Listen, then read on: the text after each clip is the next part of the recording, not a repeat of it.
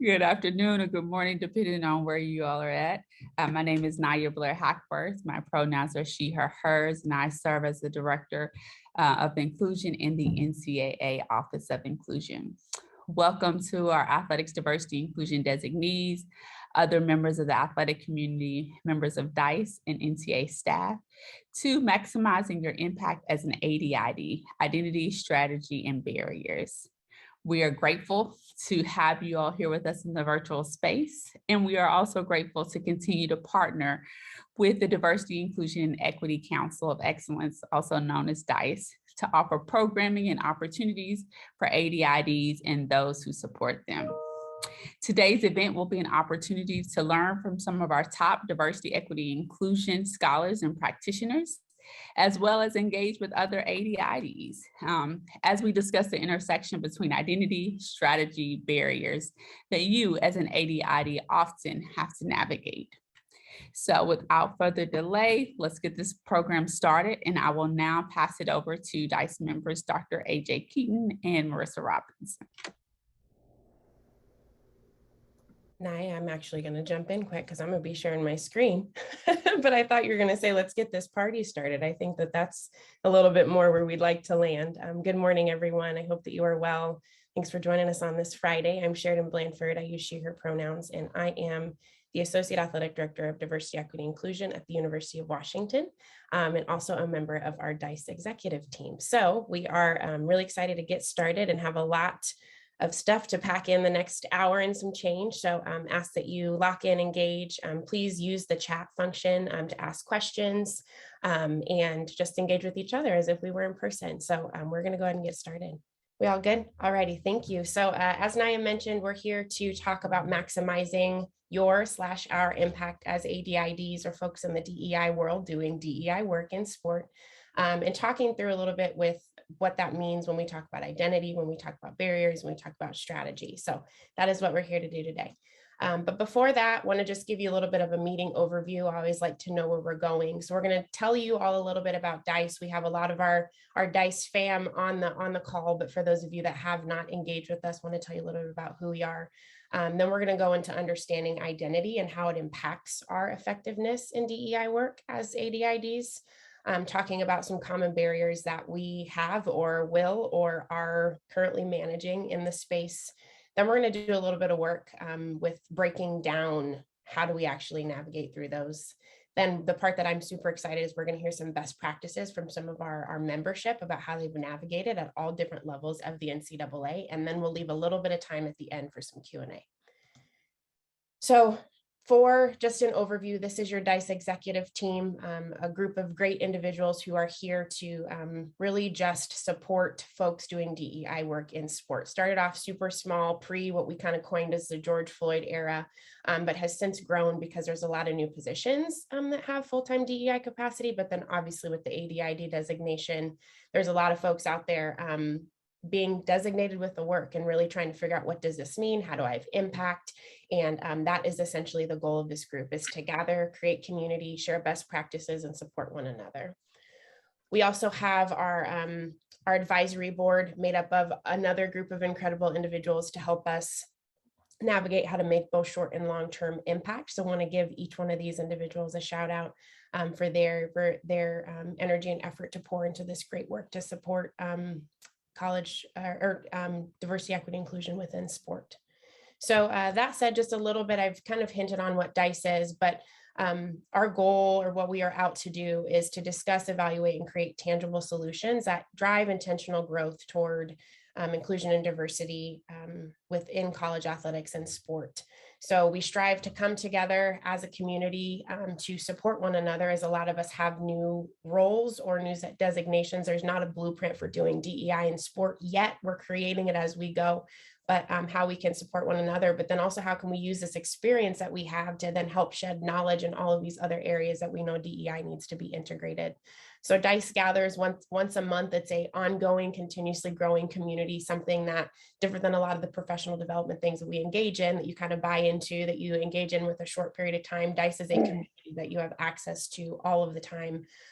We gather once a month and we have very real conversations about what is going on. We've talked about how to meaningfully engage externally, how to manage donor relationships, how to navigate through leadership support or lack thereof, how to respond to social justice. We're talking about things that we are very much dealing with and managing on a day-to-day basis. So we would love for you to join our community. It is very much something that we're proud of, but are just really here to continue to provide support for all of you. So that said, I'm going to get, you'll hear from me in a little bit, but we're really excited to dive into the content today. So I will pass it along to Dr. King. Hello, everyone. Super excited to be here. I use she, her pronouns. Before we get started, just want to preface that I'm going to do my best to not be a professor. So we are going to get into some data, but I'm going to use that data to make sense of what identity has looked like in my work, exploring the position with Black women. And then some of y'all may be already thinking, I'm not a Black woman. That is okay. And that's relevant to the conversation that we want to have today. So just want to first start off is tell me what you think an ADID is. So we can use the chat box. I believe some people are able to take themselves off mute. So you have that capacity if someone wants to kind of speak, and also use that chat box to, again, process first. What do you think an ADID is? Thanks. Okay, so we have someone who's focused on creating dialogues, initiatives, and support for DEI in athletics in partnership with other offices. Very succinct, nice definition there. Some others. Information facilitator. There we go. They're starting to come in. An advocate. Excellent. Okay, great. Now that we've processed that, I want y'all to then either, again, take yourself off of mute or use the chat function to think about, what do people in your department think an ADID is? And just for some context where this question is coming from, in my research, looking at those who are leading DEI and collegiate athletics, there is a disconnect, and really a discursive disconnect around what the NCAA has established what this position looks like, what other people have made the position look like, and how the position manifests in interpretation with others who want to support, elevate, or maybe those who are also serving as barriers with the position. And so I just want to have an understanding there. They think it's a racism monitor. Exactly. Nowhere does it say that. That is really what we're dealing with. And again, that connects to my research, but it's also going to connect to the barriers and this notion of who we are in this work. So thanks y'all for engaging there. I actually took myself off mute. Oh, there we go. This is Dorita Dawkins at Arkansas. So when you ask the first question, what I put in there is a big question mark is what it is. And that's because I'm a realist. So I went straight to the overall, what is it? Because I think the work that DICE is doing and that we're talking about today is critical because it is a question mark. And I think without some boundaries, some standards, and some at least baseline expectations, it won't have a future that is meaningful. It'll become a place to park the young person of color that you want to provide with an opportunity to get into a real position. Thank you for your voice, Dorita. So I really wanted to ask this question because I wanted those who maybe feel isolated in you doing this work right now to really understand that your isolation is not your own, that other people have these sentiments as well. And that's what I hope we can process together today. So I'm loving the vulnerability, transparency we already got going in the space. Sheridan, we can go to the next slide. And so while most of us are in this position and in this work, we're so often fixated on other identities. How are we creating space for others? How are we thinking about the socio-political context that's disrupting my athletic department? And how is that connecting to the marginalization or issues of tension that are existing in the work that I'm conducting and leading? But today I want us to take a step back and really focus on our own identity and how we manifest in this work, because it's very connected. What I saw in my research is whether my participants, and again, specifically talking on Black women today, they weren't conscious of this, but it manifests in how they talked about their perceptions of organizational inclusivity. And so again, really just start thinking about yourself and start thinking, have I even considered self? Have you even considered how my identity maybe elevates my power to do this work, or how my identity influences how I even perceive inclusion, because I know what exclusion feels like. And so next slide. And so I won't get into the methods. If y'all have some questions about that, we can talk about that later. I can get nerdy. But two prominent takeaways that we have are Black women, because they're experts in experiencing marginalization outside of collegiate sport and in collegiate athletic departments, they draw upon this, what I've coined kind of this unfortunate expertise to inform what inclusivity is. And that part two of my findings is they're experts in what exclusivity, feels and looks like. And so again, some of y'all might be thinking like, I don't know if I would call that expertise, but for my participants, it's expertise for how they engage in this work. And so sit with me because I'm going to show y'all some excerpts of what that looks like. And so here we see this first excerpt. I'll give y'all a second to just take a read over it, and then I'll process it and help it make more sense for the group. And so as we can see with this participant, she's talking about, I have those only one experiences to reflect on. The tokenization, being the only one in the room that looks like you, and all the marginalization that comes with that isolating experience. And then we see how she connects to, but it forces me to think about everyone else. It forces me to have to think about others. And so this notion of like, hey, I unfortunately understand this, but how am I using my understanding in this isolation to think about how I don't want to create isolation for others? Again, this informing perceptions of organizational inclusivity. We have another participant talking about, I know the feeling of being undervalued, what it's really not to be heard, where it's feeling disrespected, overlooked. Again, these are experiences in collegiate sport leadership, but also experiences just being a Black woman in our society. And then we see how she says this translates into the experiences of other underrepresented groups. So again, using her own experiences in Black womanhood as a barometer for organizational inclusivity. And again, thinking about other people's marginalizations, because I know what that marginalization feels like myself. And then one more excerpt I'll share. This one's a little longer, so if y'all don't want to read the whole thing, you can kind of just take a look at the red bold. But really, we see this moment of intersectionality.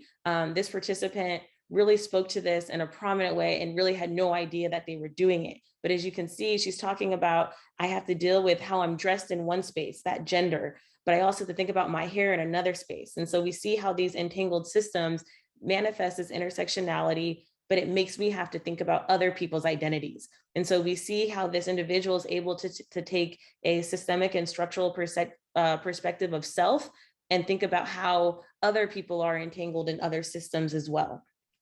Next slide.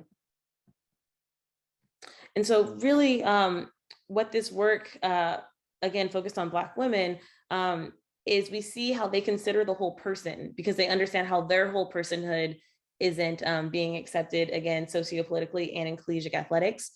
This attentiveness to who resides outside of power. And so again, organizational inclusivity is just not programming for them. It's thinking about power relations. It's thinking about how are people able to exude power? How are people being silenced? And then we have this notion of acknowledging this shared marginalization, but also that marginalization is disparate.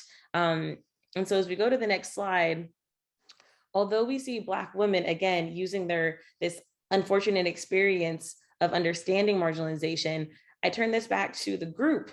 What are your identities? Do you use them? Do you center them? Do you consider them? And in the same way that my participants are using their own expertise, some of us in this room know what inclusion feels like. Maybe we've never been silenced. Maybe we've never had to think about how I dress, how I show up.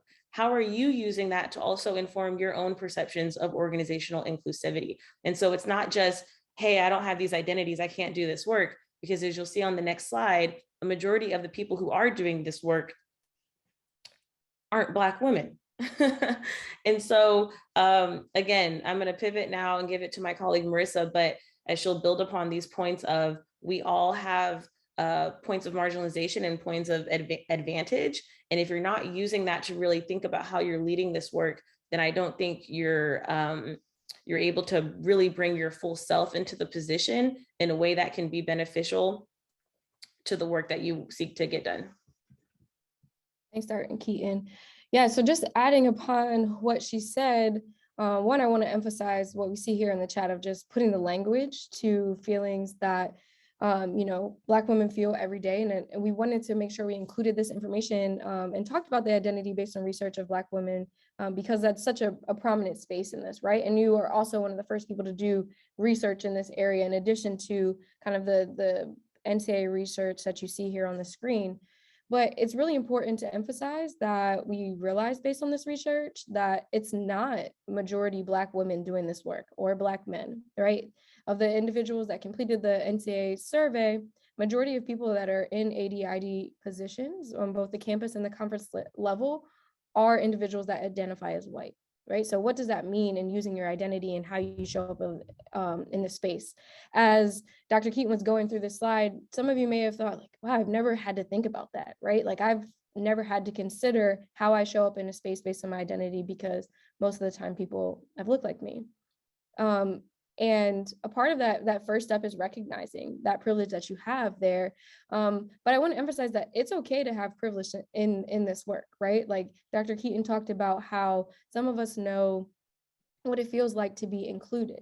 And when we think about the way that we show up in this space, we are thinking about this from like a racial aspect, specific to what we're talking about right now, but there are other identities that we have. And the big piece of this is not whether or not you have privilege, it's what you're going to do with that. So what you'll see on the next slide as we're talking about privilege is this chart that talks about the advantaged and versus disadvantaged identities. And we all have advantage versus disadvantaged identities. As Andrea just said in the chat, right? It's not just about race. A lot of times we think mainly on race and gender and sometimes sexual orientation. But I encourage you all to take a look at this screen. I know the font's a little small, but look at this screen and see in what categories do you have advantaged identities and which do you have disadvantaged identities.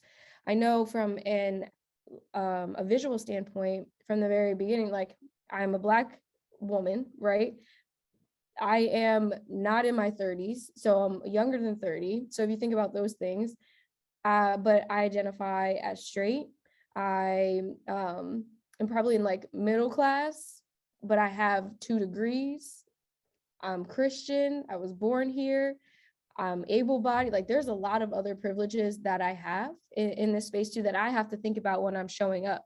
And I think that goes also to Dr. Keaton's work of, because I understand my marginalized identities, it allows me to think about, well, what about other identities in this space? Are we thinking about the members of the LGBTQ plus community? Are we thinking that our facilities are accessible to individuals that may have disabilities as well? So just looking at it from a broader standpoint. Well, in this next piece, what I really want you all to think about before we jump into going over barriers is it's not about how you identify, right? That is a huge part of who we are, but it's about how we use our identity to show up. So are we using this expertise in exclusion as we show up? Are we using this expertise in inclusion? Are we looking at the different ways in which we identify and how we can use that to our benefit, right? How we can make sure that we feel comfortable. A lot of times we don't know where to start or we don't know what to say, which we'll talk about it a little bit in those barriers, but we have a choice every single day to show up in this work and not allow our identity to be one of those barriers. So as I mentioned barriers, I want to start with the definitions. A lot of times we all have different definitions, but when I'm talking about barrier, I'm specifically talking about any condition that makes it difficult to make progress or just achieve an outcome. So I'm not just thinking about barriers like a fence, like there could be actual physical barriers, but I'm talking about any condition that we can use as we go through this. And we start with identity because a lot of times in this work, we can be our biggest barrier, right? So now that we've talked about how we show up in this space, we also want to note that you have to think about your identity because you cannot separate your identity from this work, regardless of where they fall. So I want to take a second and ask you all in the chat to identify. We'll go through 6 barriers today that we've identified, but I want to hear from you all. What are some of the barriers that you've experienced as an ADID or you have experienced in doing DEI work? Thanks for getting us kicked off. So interpersonal identity issues. What else? What are some other barriers that people have faced in this work? Hey, Marissa, I can add, this is Andrea from Goucher. We spend a lot of time on these issues, and I think that a reluctance to continue their education, maybe because it's not the hot topic of the hour, maybe there hasn't been some national tragedy or hot topic that folks are talking about. And so showing up to do this work and having these conversations, it just keeps things in focus and a priority when maybe the nation's not on fire. And I think people have less sense of urgency to do things when they feel complacent. Yes. Thank you for that, Andrea, and shout out, that's my IAA sister. But as we go through this, like thinking about, people think this is like a trend, right? Like, oh, we're not in 2020 anymore. Why are we still talking about race? Or, you know, the shootings that happened at LGBTQ clubs, you know, that was years ago. Why are we still having that conversation, right?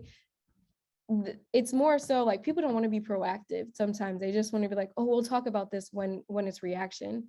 Some of the other things we've seen, LGBTQ issues, engagement of staff, fears about the impact of the outcome, such as wins and losses for coaches, monetary resources not being there, right? A lot of lack of resources, whether that's financial, whether that's staff, it viewed as tokenism.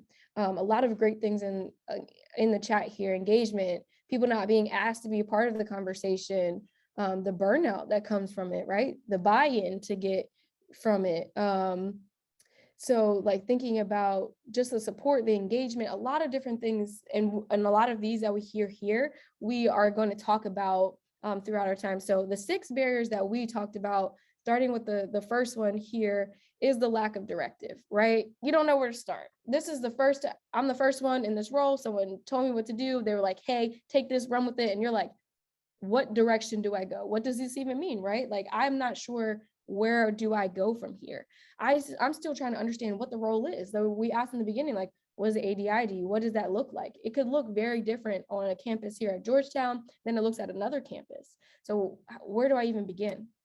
The other one that we're going to talk about that you all put in the chat is gaining that buy-in, getting the support from your department, getting the support from the people you work around. Like, you have these great ideas. You're like, this is what we need. And you bring it to people and they're like, yeah, I don't think it's relevant to what we're doing right now. Or asking the questions like, how is this going to help me on the field?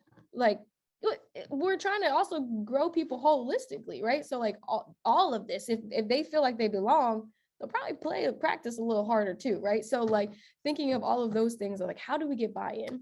Next one we're going to talk about that we alluded to in the beginning is navigating that personal identity, right? You're still thinking about how you show up.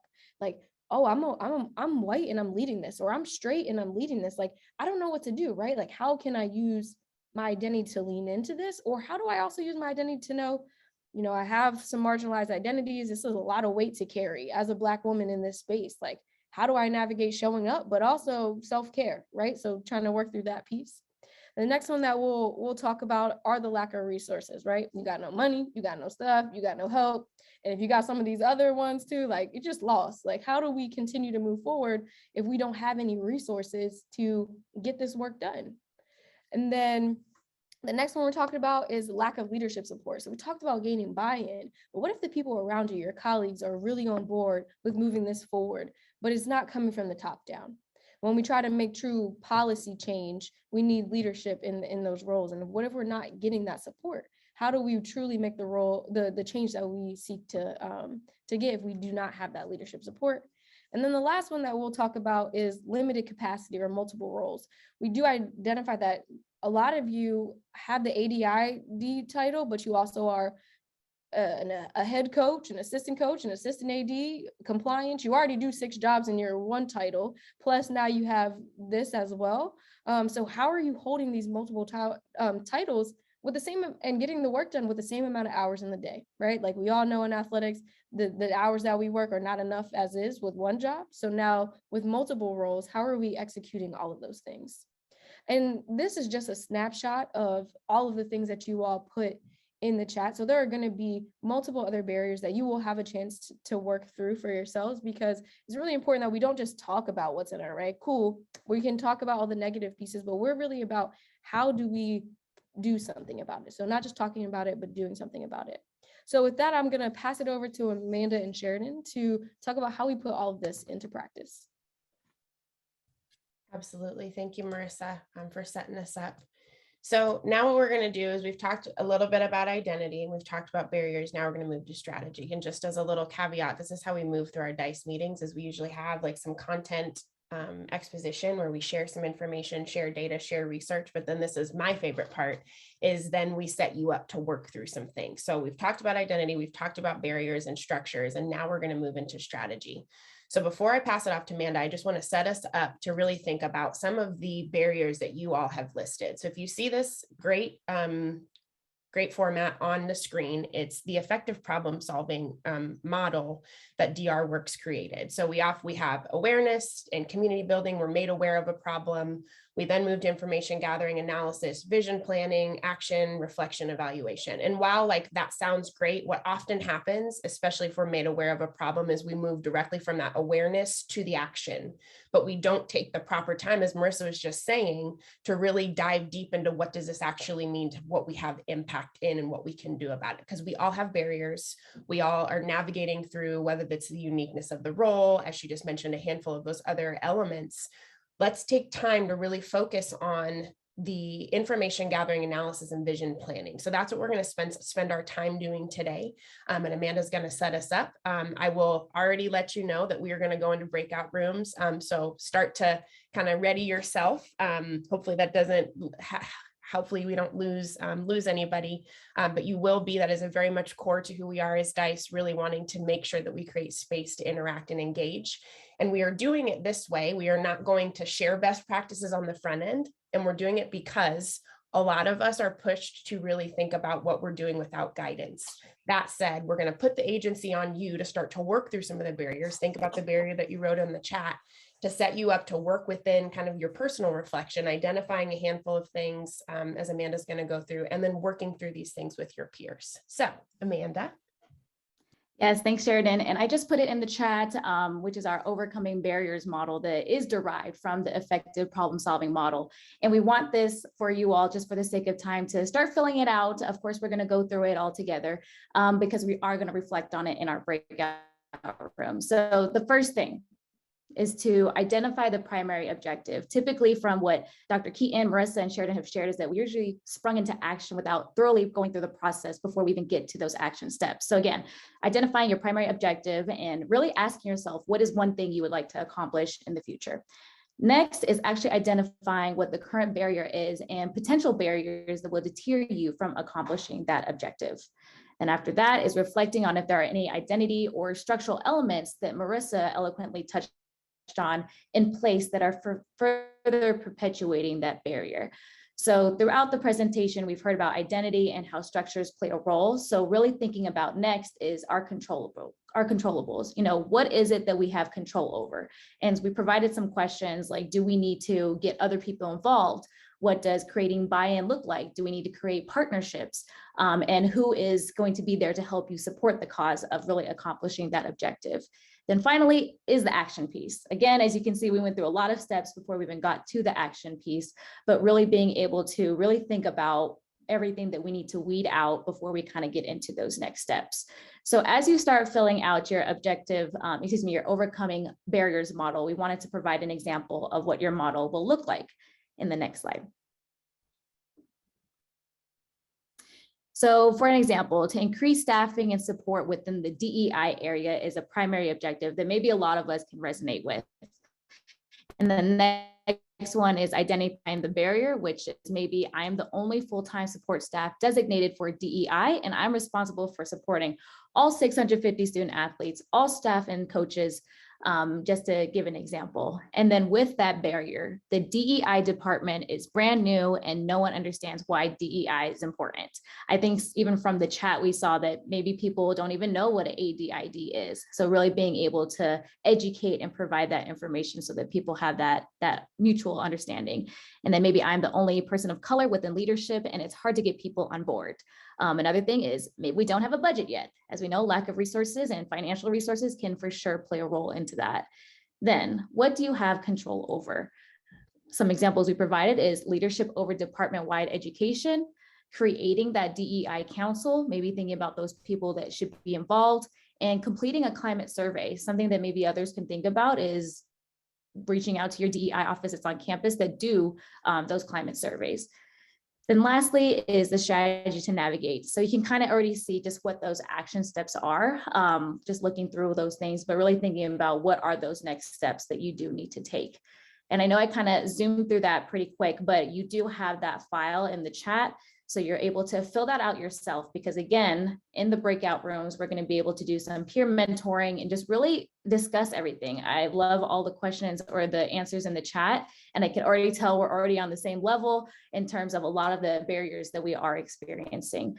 So I'm going to give just about 2 to 3 minutes for you all to kind of just go through it and start jotting down some notes. Again, it's a Word doc, so you'll be able to kind of put that in there, because then once we go into our breakout rooms, we'll be able to discuss that within your group members in the breakout room.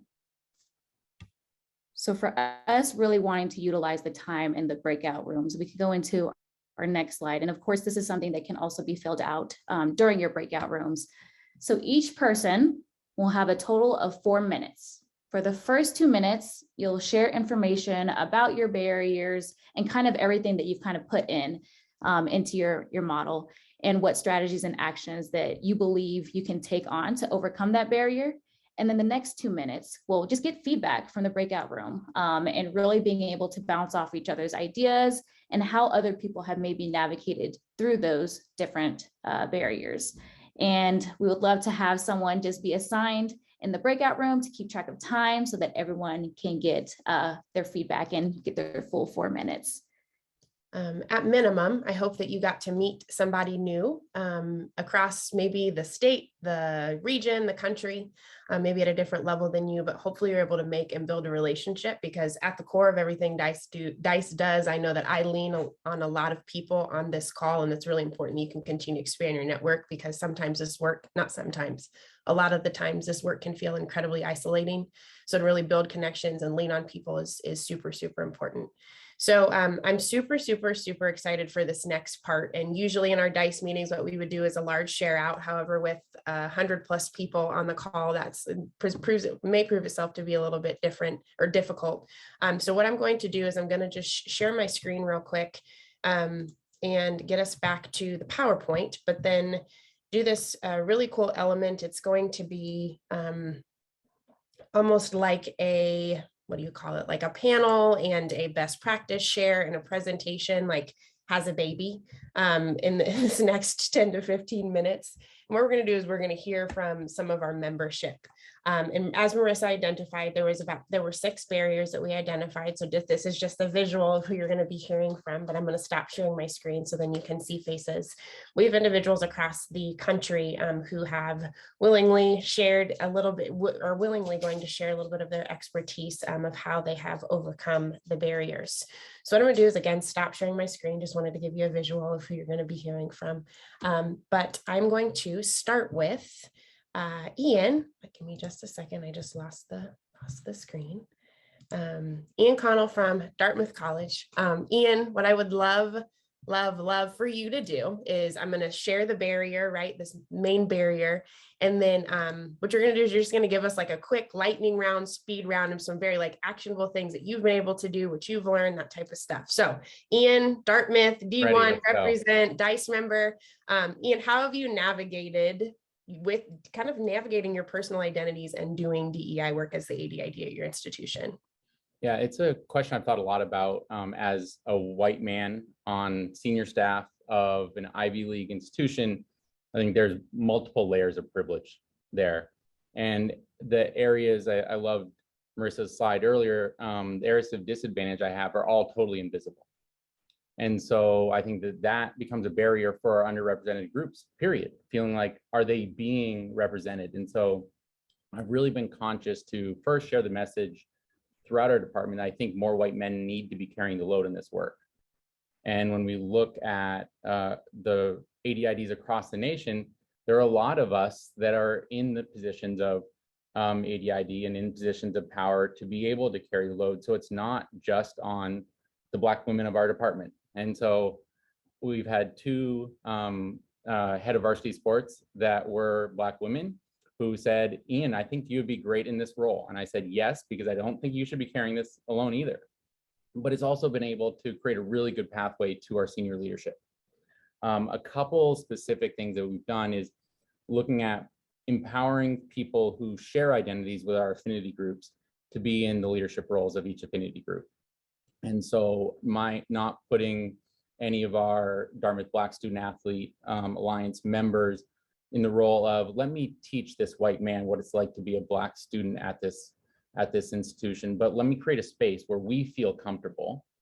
And then knowing that we have a voice and pathway to senior administration from our leaders and facilitators of that group.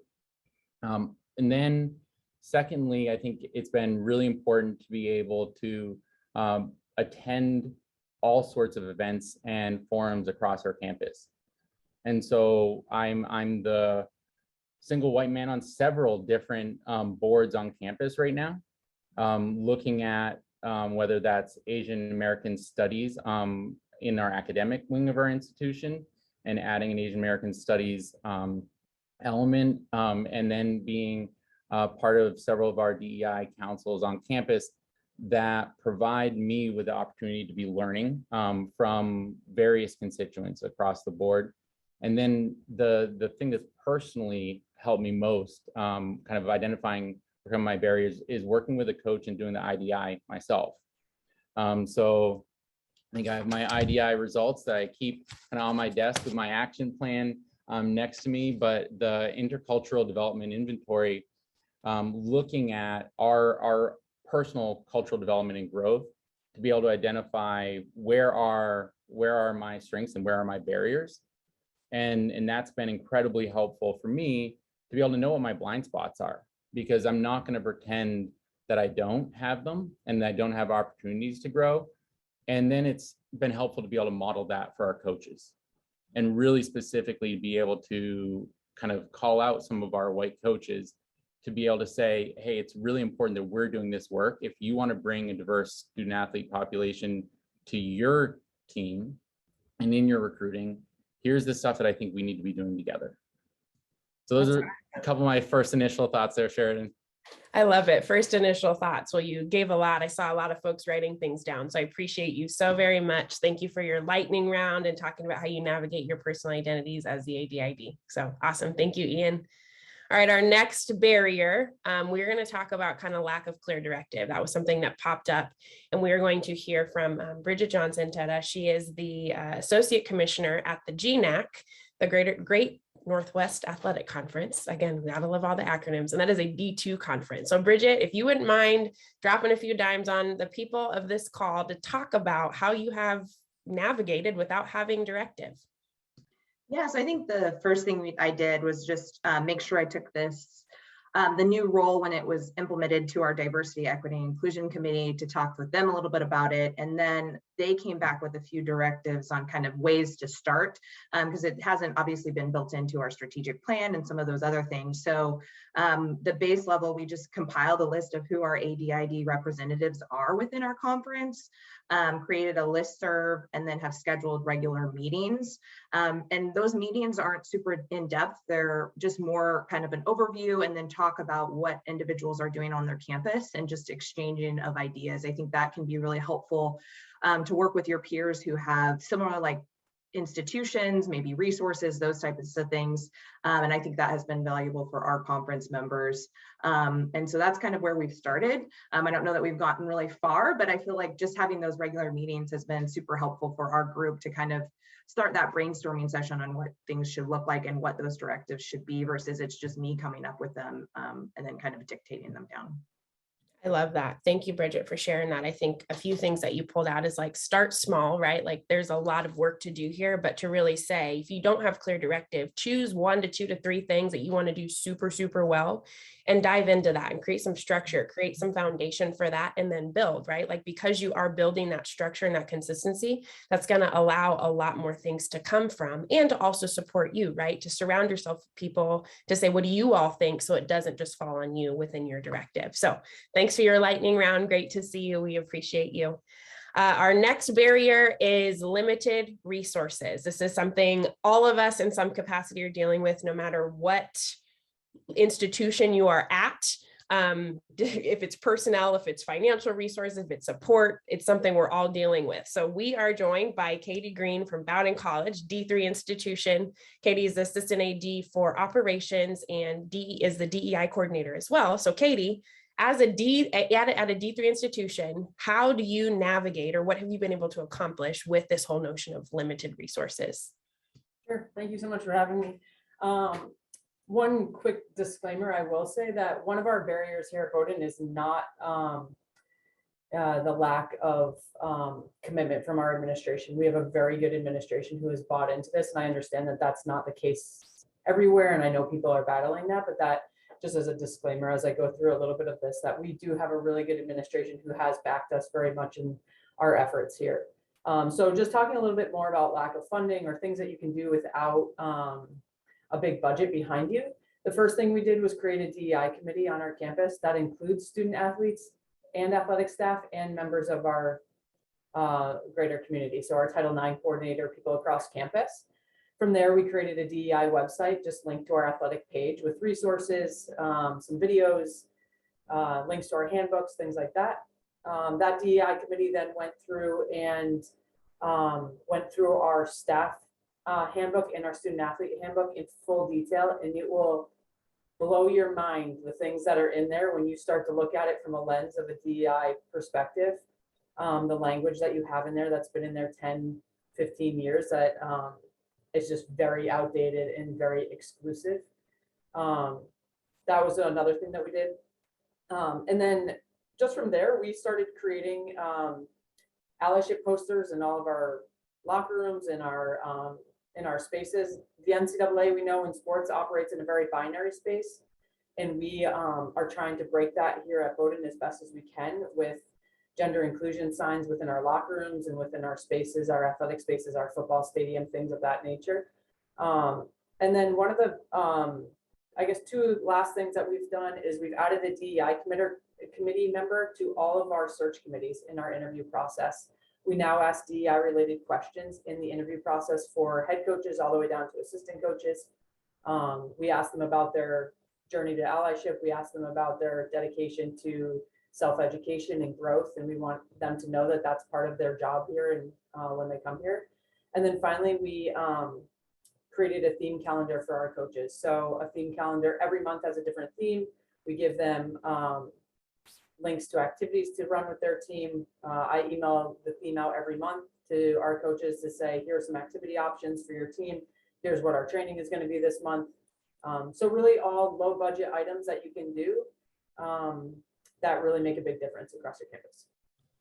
Now that was legit. You just named so many things that cost no money. And I think oftentimes there's this false notion that you have to have money to do things. And as a fellow former D3 athlete and D3 employee, I think my former conference commissioner is on here. Hi, Dan, if you're seeing me, but you can operate and do a lot of things without money.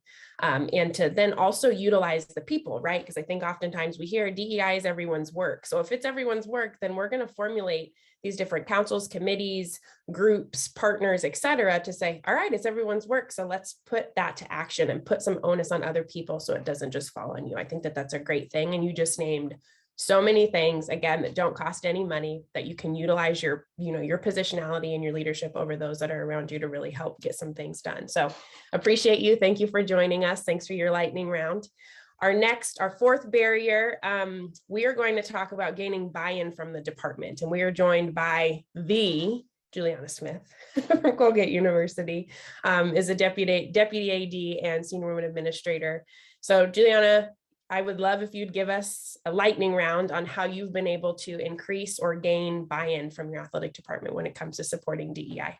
Yeah, thanks for having me, Sheridan. I think one of the things I want to acknowledge first for everyone is that there are a number of barriers we didn't have. We had a clear director from our vice president and director of athletics, we had leadership support from our institution because we had just gone through a process of developing a third century plan for DE&I for our entire campus. And we had resources, so internal resources, but also financial resources from our conference office, specifically for DEI work. And just, I guess, our background, our AD was hired in 2018. Shortly thereafter, we developed our mission statement or vision statement to be an inclusive community of competitive excellence.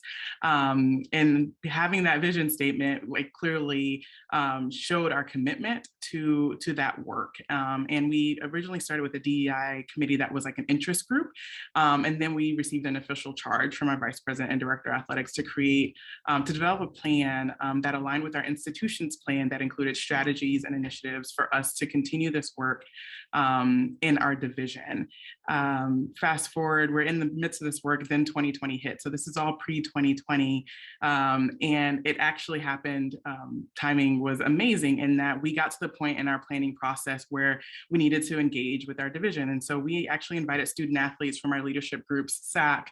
We have a group called Wellness Advocates. We have a group called Raiders of Color Connect. And we invited them to our planning sessions and had them basically like poke holes into all the things that we were thinking about that directly impacted them.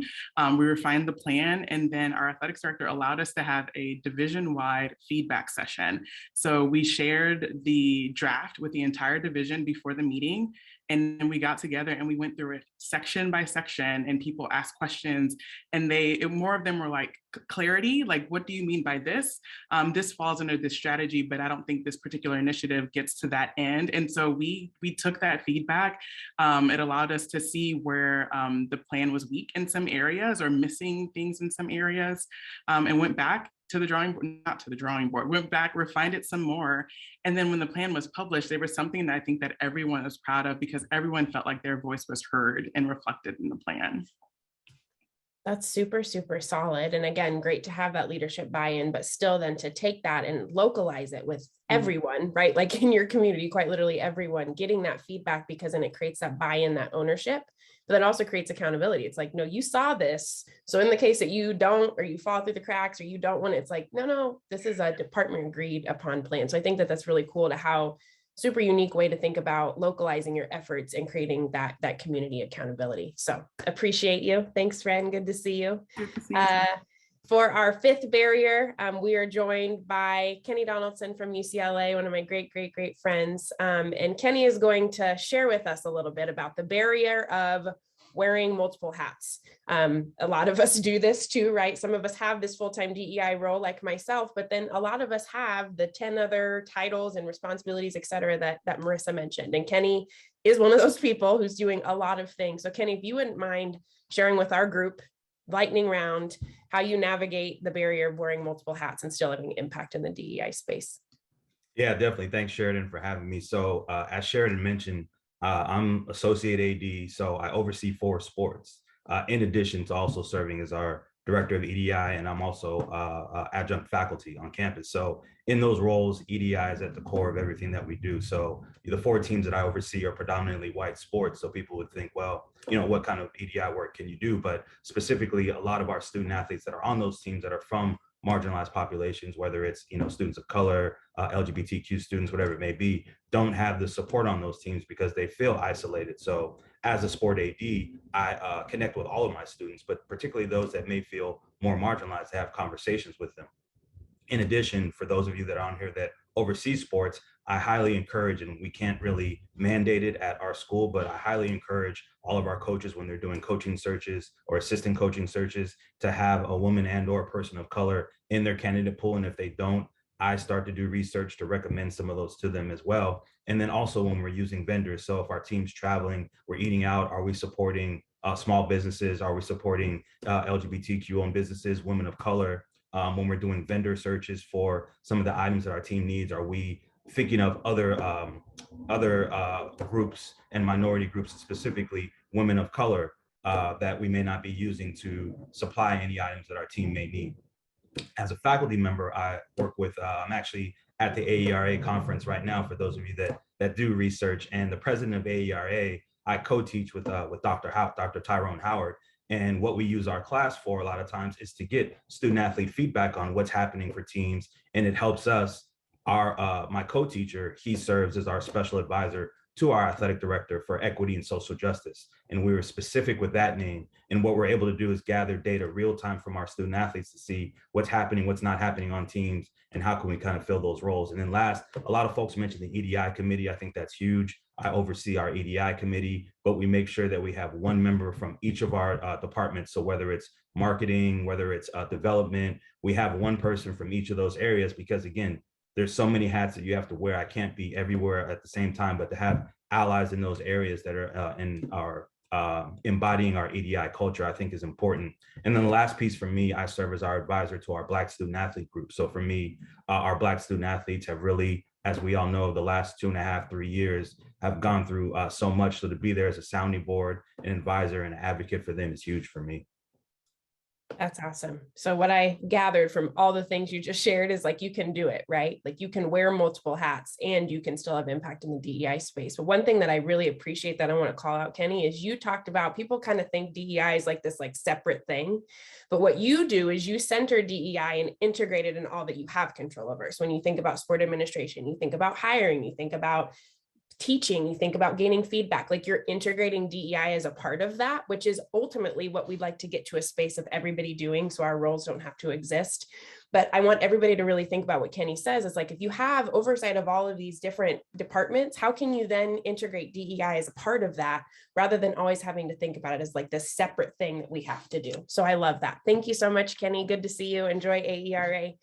And so for our last barrier, and I'll go through this one quickly. This one was something as DICE we talked about a little bit. It was like, who are we going to put on the spot to talk about lack of leadership support? And we didn't want anybody to feel like they had to get up and talk about the lack of leadership support that they had. So we kind of came together and thought of a few things collectively that we've experienced as individuals that are working in DEI, but have also heard from our membership within DICE. And I just want to be super mindful of calling out, because a lot of things that we heard from our lightning round facilitators per se, is that they had leadership support. And oftentimes one of the biggest barriers that we face is not having that leadership support or buy-in. So just to name a few things, is what Dr. Keaton had mentioned is kind of this lack of understanding of what DEI actually is and where it fits. Everyone's trying to find a lane for DEI, but as all of us know, it has to be integrated across the board to actually be effective. And sometimes when you don't have leadership support, you have to be able to show your leadership why it's important and why people need it. Yes, your voice and your perspective is super, super important, but when you can validate that with other voices, whether that's on campus, but more so within your own athletic footprint, it's really important to do that. So gather data, informal or formal. Climate surveys are an incredible resource. It can be super extensive, or you can just ask explicit questions that you want to learn more about, but that can help validate that it's not just coming from you or a few people. You can use that data to say, hey, this amount of our community, this particular demographic in our community is feeling this way, or here's a gap. So being able to use data to inform decisions, because a lot of our athletic directors or leadership are looking for, okay, where's the data to prove that that's actually needed? So really, really hone in on how can you gather data formally through something like a climate survey, to informally, how are you having conversations with your student athletes and your staff? Getting more of that like qualitative feedback is super, super important and can be very actionable to help you then kind of set yourself up for, this is what we need and how we need it. Another thing that we all run into, as it was kind of displayed in the first question, is this whole shared understanding of what your athletic director thinks the role is / what the work is versus what you might think the role is, know the role to be, or what is actually needed. And there's oftentimes a disconnect, again, because it's a brand new designation. People are trying to find a lane for it. People have a very explicit idea, like, is it just to support student athletes of color, LGBT student athletes? We know that that's not the case, but that's how a lot of people view it. So going back to thinking about data is huge. You'll always hear me say data, because that's one of the things that we can have control over to validate why we need to do what we need to do.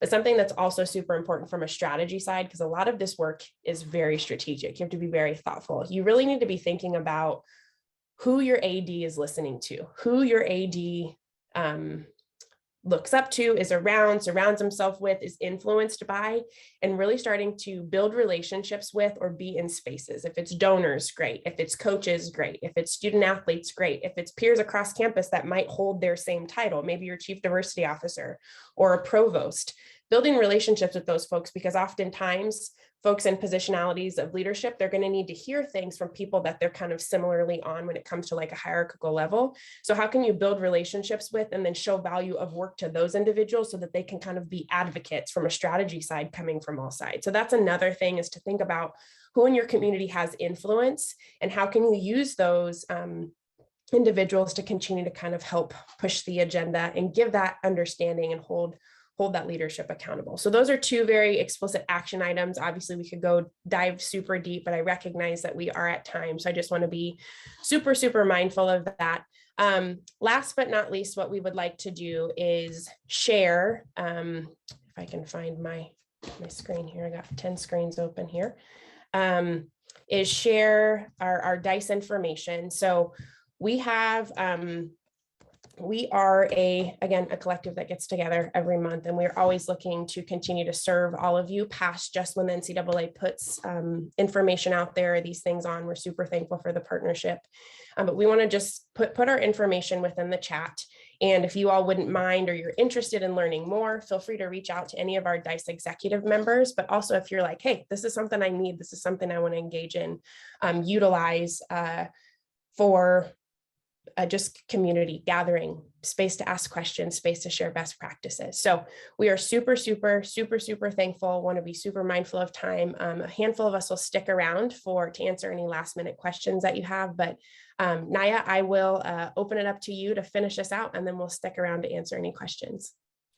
Thank you, Sheridan, and thank you all for being here today virtually. I hope you learned or relearned something that was helpful or that is helpful in your role as an ADID.